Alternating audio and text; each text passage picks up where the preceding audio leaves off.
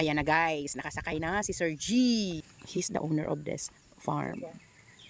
Mr. G. He's riding the horse.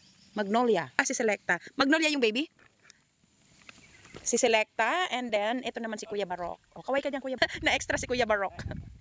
Ayan, ang kanilang horseback riding. You can enjoy that, guys, if you come here. Only 3,000. San ka pa? May free back riding ka na ng horse.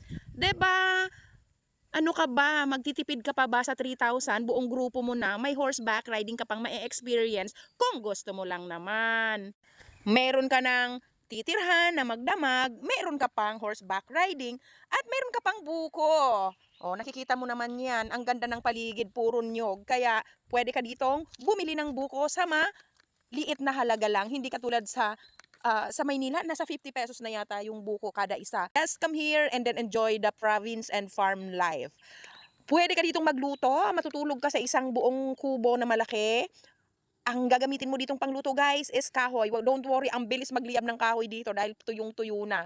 At, guys, magdadala ka lang ng lulutuin mo. At kung gusto mo, mapresko dito, guys, malamig. So, hindi mo na kailangan ng aircon.